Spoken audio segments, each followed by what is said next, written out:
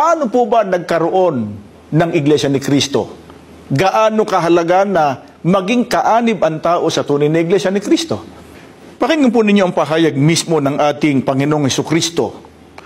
Dito po sa Mateo 16:18, at sinasabi ko naman sa iyo na ikaw ay Pedro, at sa ibabaw ng batong ito ay itatayo ko ang aking iglesia.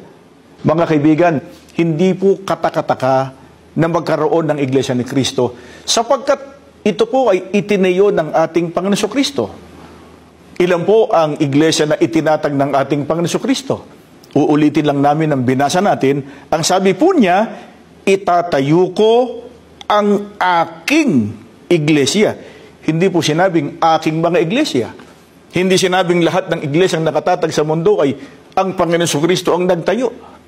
Tandaan natin mga kaibigan, batay po sa pagtuturo ng Biblia mismo, iisa lamang ang tunay na iglesia na itinayo ng ating Panginoong Hesukristo. Kaya paano ito tinawag ng mga apostol? Ano po pangalan ng iglesia na itinayo ng ating Panginoong Hesukristo? Ang babasahin naman namin sa inyo ay pagtuturo ni Apostol Pablo na nakasulat po dito sa Roma sa 16:16. Magbatian kayo ng banal na halik. Lahat ng iglesia ni Kristo ay bumabati sa inyo.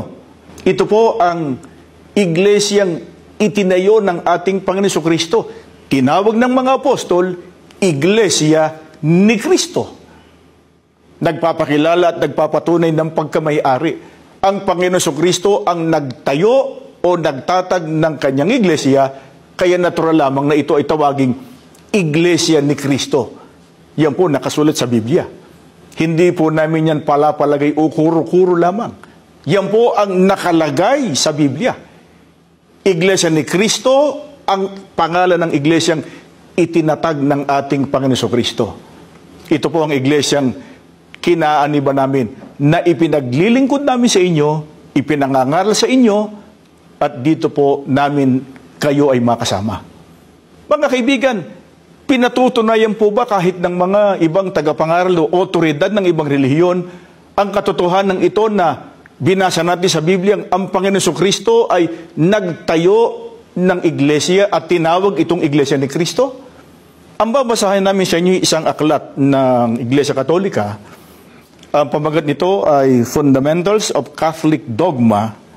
Ang sumulat nito ay nagngangalang si Dr. Ludwig Ott sa page 274. Tungkol sa Mateo 16:18, si San Cipriano ay nagsasalita tungkol sa pagtatayo ni Kristo ng Iglesia ni Kristo at pinanganlan ng iglesia na Iglesia ni Kristo.